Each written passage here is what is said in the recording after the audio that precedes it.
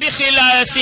فائق دررا bandiraɓe julɓe onon ciitortoɓe dine l'islam yiɗɓe rasulu sallallahu alayhi wa sallam holto paɗen département mo Podor no diya toro e bellelde jumpamaje sekaladde tindade bokke jalluɓe juuroyade on gando Allah jankiniɗo jiyaɗo Allah tedduɗo ƴettuɗo gurdam mum kala golloni dine l'islam ceerno salif so radi allahu taala anhu on ziar gadornoɗo e kala hitande nden ara wonnire capantatiɓire ɗiɗon ñalɗi jaggama ñande capantati go décembre 2021 fayenma go janvier 2022 on tigi to bokke jalluɓe juɓɓuɗi ɗeɗon golle ko ni tigi lewri e on kikiɗal juma capantete go décembre sanga waktuji sappo jeetati ma fuɗɗo oɗon ziar e joɗade on hadra juma tuggude 0 heure yaɓan ma 5 heures du matin ma wal on mawludi nabi sallallahu alayhi wa sallam weta tawa go janvier tuggude 9 heures à 11 heures ma jokkoye bismogol hoɓɓe ndeɗon deftere allah nde jangi silke kono kay duwe allah jaabu waktuji sappo e ɗiɗi manam midi ma fuɗɗo oɗon cérémonie officielle yadude e ɓen halifaɓe dine kame dawrugol fof noon e yeeso teddugal on ministre du finance et du budget maire mo bokke jalluɓe abdoulaye daouda diallo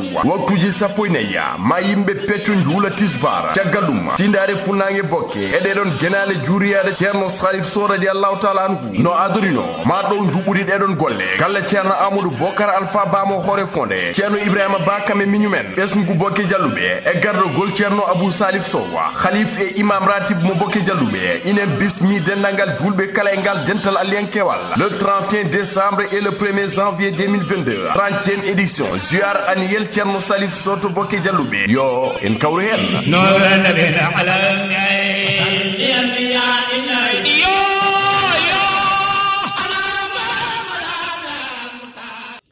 assalamu aleykum bandiraɓe hettiyankoɓe yeɓiyankoɓe yaw pindi tv bisimilla mone ruɓɓindu jayndeli moɗon weltare min dañi huccide e mon kala saaha noon kadi min dañita weltare huccide e mon oɗo subaka alhamis hande ko wiɗon yo allah waɗanen jaam goto foof salminama e inde konon manama e jettode seren ɓe min jejjitaka e laal gotol calminama juura berta juuɗe ñaga duwaw yuppa e sénégal e aduna foof on jii ko wirti joni ko woni gum ko ganduɗa kañum woni gammu bokke jalluɓe ɗum ɗon noon ene foti dañde tan e 30 31 de e le premier nan ɗon toon to ganduɗa kañum woni bokke jalluɓe ɗum noon aɓena wone fadde hoɓɓe oɗo saaha kono kadi wonde parande ɗum eno foti yarude foof so allahu lamdo jaaɓi ma alquranul karim jippini toon kono kadi ɗum ko ganduɗa ko kañum woni hadaratul juma ma dañ toon kadi aljuma o eko way noon eko heewi ba Moussa bisimilla mani mba debbo mo dara kala wiya a salminama juurama a ñagama duwaw a ñaganama duwaw weltare no fewi artude subaka kala ganduɗa ti ɗowde e ko sifa e kala gueɗe jande e leydi sénégal en jetti halifa men diine halifa men aada en jetti ganduɗa tigi ɓen ɓe ganduɗa ko yeeɓi en ko men tawteɓe nder sénégal tawteɓe nder sous région foof tawteɓe mali mauritanie guinée gambie tawteɓe nder windande kala ha tenti to diaspora o kala Aissata Ndiaye e downade leydi mauritanie ne wayno ay kikiɗe hanki o tigui wirnama kan hamidou ba ñagade toon won foftorde makko yimɓe boye cakkal makko sakkanade ɓe downade mo no mbiɗa ni bokke jalluɓe nen bismo ganduɗa tigui guure saraji hay ɓen ɓe ganduɗa ummiɓe ɗo e Dakar aroɓe ganduɗa tigui tawtorede oɗon ziar patam laño ceerno salif sow fa tabarakallahu ko duwa toon Allah jaboto ngane ganduɗa ko pible ɗe tiiɗi ko yidde nde tiiɗi fa tabarakallahu ñagade duwaw yo Allah hokken tawi ɗo saaha mo wuuri fa tabarakallahu amin ba Moussa ko ɓettintudante ko noon tigui ene wayno jande leydi sénégal Aissata Ndiaye moni kala waɗi ko fandu halmudu addi koye fannu mo wawi walla mbiyen fannu mo ɓuuri humpirade koye on fannu nayori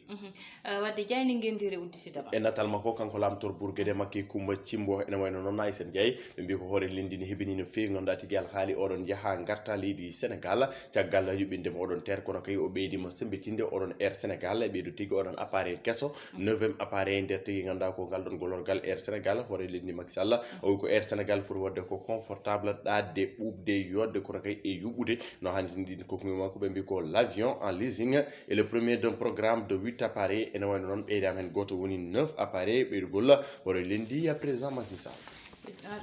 moteur kam ina moteur no moƴƴi jeyde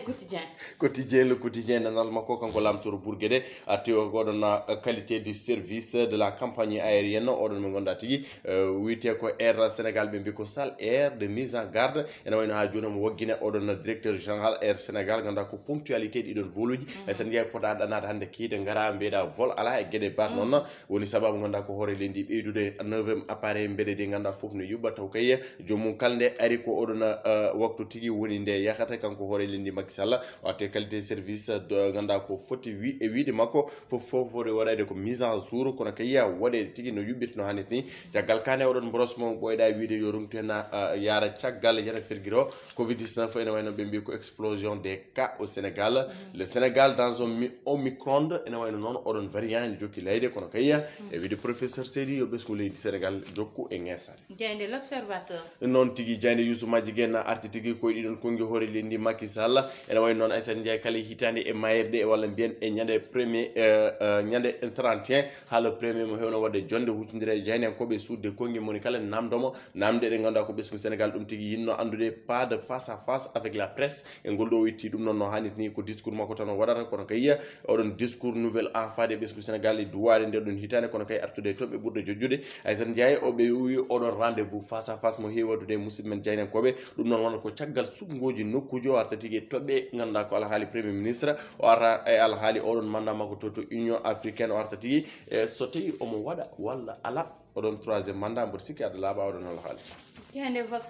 Vox Populi Aissata Ndiaye jaɓade ngal ɗon namdal ɓe mbi ko Vox Populi l'état gagne la première manche face à Yaw ene wayno noon Yewwi Askan Wi caggal nde waɗi recours aji mum to cour suprême kono kayya ko heewi hen ha joni ganduɗa ko décision ngaji cour suprême recours aji 6 liste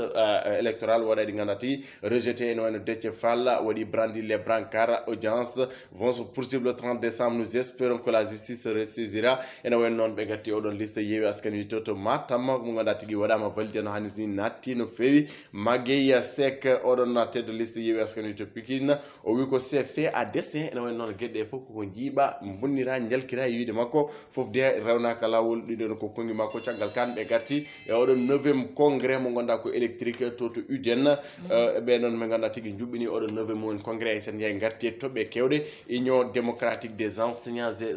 et enseignantes du Sénégal kañumen kala mbaɗi jonde kañumen artude toɓɓe kono kay suɓade tigui hol poɗɗa ɗumen walla di so tawi ko on gorko tigui artide ɗumen no hannirta jeyde enquête kolos enquête oɗo subaka ɓe garti alhaali e ganduɗa ko local portrait croisé de Soham Wardini et de Barthélémy Dias hakkude Dias fils e oɗon tigui maire sortante de la ville de Dakar Soham Wardini ɓe mbi ko duuɓi nogas jeeɗiɗi o debbo waɗi e jangguinde enseignement ene wayno noon Aissata Ndiaye caggal ɗum ko nden nde jumpi oɗon fannu dawrugol woni tigui ganduɗa ko politique ene wayno oɗon debbo Soham Wardini ɓe garte makko no haalirta ni kono kayya hakkude makko e Barthélémy Dias beele ganduɗa tigui hollo polgu to ummirto kono kayya hole mabɓe ɓurɗo ɓaɗade tigui joɗade nde ɗon jappere kono holto Abdoulaye Diouf Sarr woni holto Doudou Wade woni ɓen kala Aissata Ndiaye ko arɓe ganduɗa ɓamde leffol ardade tigui mairie ville de Dakar kono ko wona ɗum ko e alhaali commune mo Djoula Kon e Kolda Aissata Ndiaye ko iya walla mbiyen inspection académique waɗi nié wadde relevé ganduɗa ko oɗon directrice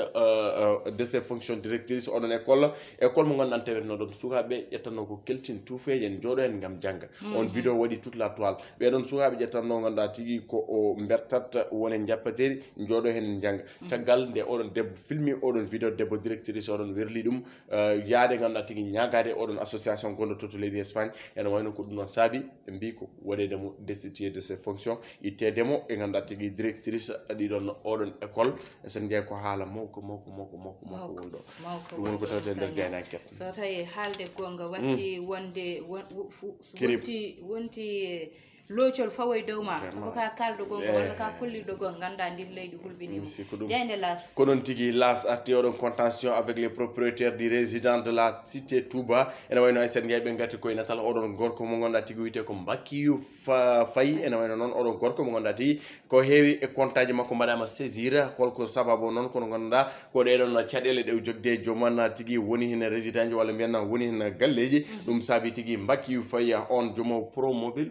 non promobile oɗon ligne téléphonique mo ganduɗa tigui ko 75 fuɗɗiri ɗo e nder leydi Sénégal ɓe garte makko no hannirti kono kay ɗeɗon caɗele ɗe ganduɗa tigui oɗon gorko ni jumpe mum oɗo saaha ko amma ɗum ko alhaali ganduɗa tigui goɗon losko walla mbiyanna ñanden ñawore 6 juge mo ganduɗa tigui to cour d'appel mo Kaolack ɗum noon riwtama ha jeegom lewru janvier nduɗo no paɗen tigui ɓe mbi ko sababu riwte ɗum noon ko oɗon renvoi ene tawe e nder hello jooɓo ndeɗon jeyde las libération no kewɗen wiide sona scandale tan ko révélé révélation Aissata Ndiaye ɓe garti ko oɗon musiba bannoto to Westa Foire ene wayno oɗon debbo o waru joom galle makko taw kay ganduɗa ko unu guella o firi ɗum ha yalti aduna caggal ko adi ɗum non Aissata Ndiaye oɗon debbo Fatima Fati caggal nde yooɓi fitano oɗon joom galle o nattu ganduɗa tigui nder o ƴetti unguel ngel ɗon o heeli kalko tawetno e vrenda o kalko tawetno e nder couloir o kalko tawetno e nder salle o ƴetti ɓoggol o habɓi e wiide makko noon ko bandiji naati e nder jamma o pi joom galle o mbari ɗum ene wayno noon caggal nde o haali ɗum yeeso loskoɓe o alani ɓe mbima ko huno ko gonga sellat konngol gonga ne wiiɓe andude tout ce qui se conçoit bien sénos clairement et les mots pour le dire il arrive aisément caggal nde ganduɗa ko ɗiɗon kongi naatani e koye loskoɓe ko nden tigui ɓe jerti ɓe ɓeydi loskudemo haw suuti kongo haali o ko gorko yinno wadde mo wari ɗum ɗon tokkirgal dow Kédougou ville mo Pikine département mo Saint-Louis Fass Gandiol gonno cour suprême waɗi déclaré Yewwi Askan Wi irrecevable e ɗiɗo nokkuji kala ɗum woni koye tawte nder jande libération aɗan Moussa Nia film mo jeeɓɗa foof ha tugniɗa hen mbaɗɗa ko wayni andu neɗɗo yeeɓi ɗum ha wonti jertotoɗo jayde les échos noon tigi jayde lesdi ko ɓe garti koye yiya ɗiɗon décision unilatérale ɗi ganduɗa ko désastreuse e nder entreprise aji secteur parapublic hoore linni Macky Sall ɓe mbi ko mettini no fewi kono kay suuti kongi e wadde freiné ɗiɗon DG ji o waɗi exigé validation ɗiɗon soins ji e nder option ngaji stratégique kala ganduɗa ko batteɗi projeté ko adi ganduɗa ko mise en œuvre oɗon décision quelconque PCA et administrateur mo o ganduɗa ko l'état waɗi somme ganduɗa ko mandat wadde ɗum validé ɗiɗon titulaji ko adi kala woote ene wayno ɗiɗon kongi wondi hoore leydi suuti caggal kan contention pré électoral ɓe mbi ko préfet mbaɗi gagné 8 dossier e ɗeɗon dossier ji sappo ene wayno ɗiɗi ganduɗa ko o jeetati mbaɗama irrecevable opposition perdi e ɗiɗon sappo ɗiɗi recours aji ɗi mbanno Bougane Gueye Dany ala e kursi ɗo e Dakar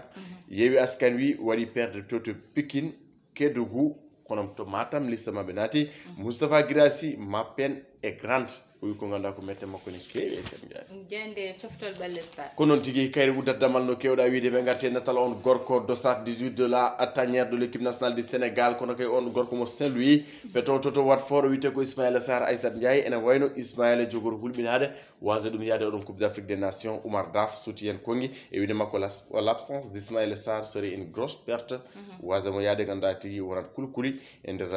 oɗon équipe nationale du Sénégal kono kay Ismaïla Sarr hay so tawi yeehi fettoyte ko ganduɗa ko gasset lewru janvier ene wayno ɓe mbi ko yanoɓe 2019 ko jeenayo e mabɓe dutti oɗon kan 2022 min ndi Gomis Mané Gana Koulibaly Kouyaté wondude ɓeɗon kala ɓen nde wonno yanoɓe toon ɓe mbi ko 73 match de CAN en tigui woni yaaɓe Aissata Ndiaye ɗum woni ko tawte nder jani stade ɗum rendi woni ko sifa e kelle gueɗe jani leydi Sénégal e oɗo subaka alkamisa ganduɗa tigui ko capantati lewru décembre noon tigui Baba Moussa ko noon ndeweten natene eɓɓore wonde woni banggal gueɗe rendo Moussa Nia banggal gueɗe rendo noon hande en mbatta sona haalde ko ganduɗa junjuna haali ɗum ne woni jayde enquête oɗo debbo mo ganduɗa holliri ko vidéo no sukaɓe goniri e jangde mumen te sa naati e internet o Moussa Nia hande ma tawen vidéo ji goɗɗi saabu woɗɓe ɓeydi vidéo ji sukaɓe ɓe ganduɗa ne goni abri provisoire uji mana ko ganduɗa koko waɗa tan gam ɓe dañanoɓe jangguiri Moussa Nia jangguinoyoɓe dewri ndi soɓe kalnima condition ji gonɗi toon ndi guitema camcat gonɗi saabu ko gonki ganduɗa ina muusi ko e sukaɓe pawaka e condition ji moƴƴi te cukalel ko lawol fawe condition ji moƴƴi saabu Moussa Nia kala ɗo école woni nder leydi ndi laamu ne andi kala ɗo ganduɗa yiyete hande mo ganduɗa kañum woni jagorde tottaɗo banggal jangde hande soɓe gandi ɗo e ɗo ne waɗi école aji Moussa Nia kamɓe foti gonore koyɗe mabɓe e koɓe poti ɓeydide toon saabu gueɗe ɗe wona ɗo tan e Dakar wona tan e guure lamorgue ɗe wona toon tan kewata walla toon tan foti fewndede saabu ɓeyɗo sukaɓe ni ko dañɓe droit no wiyete droit à l'éducation droit mabɓe e koɓe foti yilene e dañde ko ganduɗa kañum woni gandal ngal ɗon gandal noon ko wiyete cukalel ɓakke mahete ko gilane hecciɗiɗe ko noon tigui ɓeyɗo sukaɓe goni ɓe ganduɗa ɓe poti ko nanguenede koyngal guila aɓe goni sukaɓe ɓe pawa condition ji moƴƴi kono sukaɓe fawde brique aji Moussa Nia pawa hen jangguirde muɗum ena jangga neɗɗo hollira ɗum gam dañde ballal kadi ɓe daro kadi ɓe mbaɗa ɗum sanctionné aɗen won école goto mo ganduɗa woni ko toto Tamba elle kamɓe ancien ji ɗi ɓe ndendinno kala ko ɓe jogino ɓe mbi ɓe jaha ɓe pewndoya école o kono Moussa Nia ay nde ɓe daari fewndotoyde aɗa andi to wattindi elle ko préfet o wattindi fewndoyde ɗum ganda wadde wonko yaltinte pour fanede école aji ma jooɗi ha wiya haala ne surta nde fuɗɗo yaltinede Moussa Nia ɗum ɗon fof koko ganda nane nder leydi ndi ne jooɗi eyyi ko noon tigui alan hanki l'observateur wi ko miskineɓe ñamdu men ganda tigui ko tiiɗani walla men ko ñamata ko sembani ko noon tigui ganda ko ɓiɓɓe miskineɓe jangde mon sembani e sene kamɓe woni wuurɓe grève kamɓe woni ganda ko wuurɓe caɗele abri kamɓe woni wuurɓe caɗele kayeji kamɓe wuurɓe caɗele paɗe ay ɓe yaaɓe école na yiye mabɓe ganda ko ngala paɗe ma yiye mabɓe ganda ko ngala cumtumoji tu vois pourtant uniforme aji qualité ɗi ne wawi waɗede mabɓe par ce que stabilité gam ɓe jangga so wiyama noon ganda ko o leydi hay goto wawa wadde épargne ganda tigui ko secteur éducatif en jeeya ganda ko facteur aji développement mais hay sen yaay ko ɓiɓɓe ministre en nanggata ɓiɓɓe député ji nanggata ɓen keɓre école aji de luxe peut être pourtant école aji publique ɗum pour wattede ha guil no fewi tu vois le coût est cher moni fof sinno ko sago mum nanna ɓiimo ganda ko école privé ne yoɓan ɗum comme il le faut mais dole potani holko fondata état o kalisa jeltinteɗi yoni jetto e nder ganda ko ɗiɗon école aji nanɗo gara grillage école aji nanɗo ganda ko bamɗi wuroji mumen fof koto hen mbalata nder salle de classe uji mbalata jomum arat enseignant arat sogga mbabba daro nena nder fuura ko kalteno ko hunde jirɗen guiri men il faut ko ganda ko yimɓe darta inspection les inspecteurs ɓe jaha wadde inspecté par ce que ɗum waɗi ɓe noon kala caɗele ɓe mbaɗa ɗum noté kala directeur ganda tigui so are wuuro tu vois ɗeɗon caɗele ƴeew ɗum ñawdu le plus rapide possible mais ɗum ɗo hay ɓeɗon wiyani ɓe gonta hunde ils ne vont pas servir walla ɓe jettata wona niveau ji mais c'est très difficile pour ɓe gona hunde parce que les conditions ne sont pas réunies pour ɓe mbaɗe réussir dans les études temo wi étude honko namdi tu vois jomum ummo ton supposons jomum waɗa traversé oɗo circulaire fof ganda tigui oɗo cycle jomum waɗa ɗum traversé a san ndiya Allah hokku ɗum baccalauréat arɗo e Dakar ɓeyɗo waɗa tumuraji ko ɗo oppirta jangde woni debbo woni gorko comme mbiyende ganda ko étudiant fuutanke walla ummiɓe dowri arɓe ɗo jangde mon boɗi tu vois en paga wattidi ko yeede paɗe walla yeede comci il faut que soit clair sur certains termes jangde jomum ma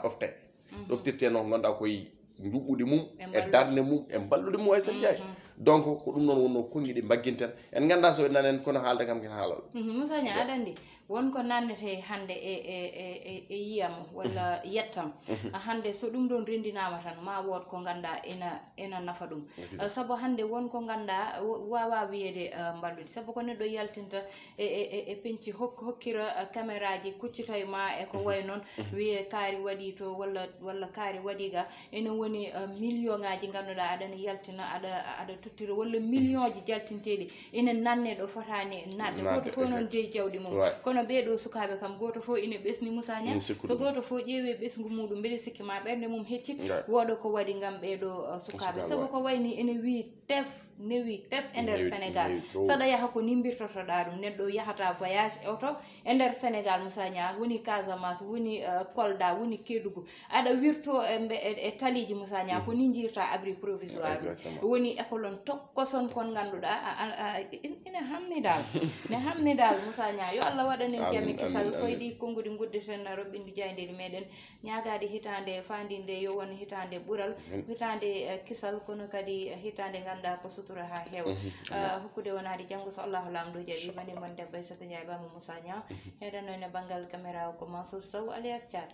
faiqin duraran bandiraɓe julɓe onon citortoɓe dine l'islam yiɗɓe rasulu sallallahu alayhi wa sallam holto paɗen département mo Podor no diya toro e bellelde jumpamaje sekaladde tindade bokke jalluɓe juuroyade on gando Allah jankiniɗo tiyaɗo Allah tedduɗo ƴettuɗo gurnam mum kala golloni dine l'islam ceerno Salif Sow radi allahu taala anhu on ziar gadornoɗo e kala hitande nden ara wonire capantati ɓiire ɗiɗon ñalɗi jaggama ñande capantati 1 décembre 2021 fayen go janvier 2022 ton tigi to bokke jalluɓe juɓɓuɗi ɗeɗon golle ko ni tigi lewri e on kikiɗal juma capantete 1 décembre sanga waktuji sappo jeetati ma fuɗɗo oɗon ziar e joɗade on hadra juma tuggude 0 heure yaɓan ma 5 heures du matin ma wal on mawludi nabi sallallahu alayhi wa sallam weta tawa go janvier tuggude 9 heures à 11 heures ma jokkoye bismogol hoɓɓe ndeɗon deftere Allah nde jangi silke kono kay duwe Allah jaabu waktuji sappo e ɗiɗi manam midi ma fuɗɗo oɗon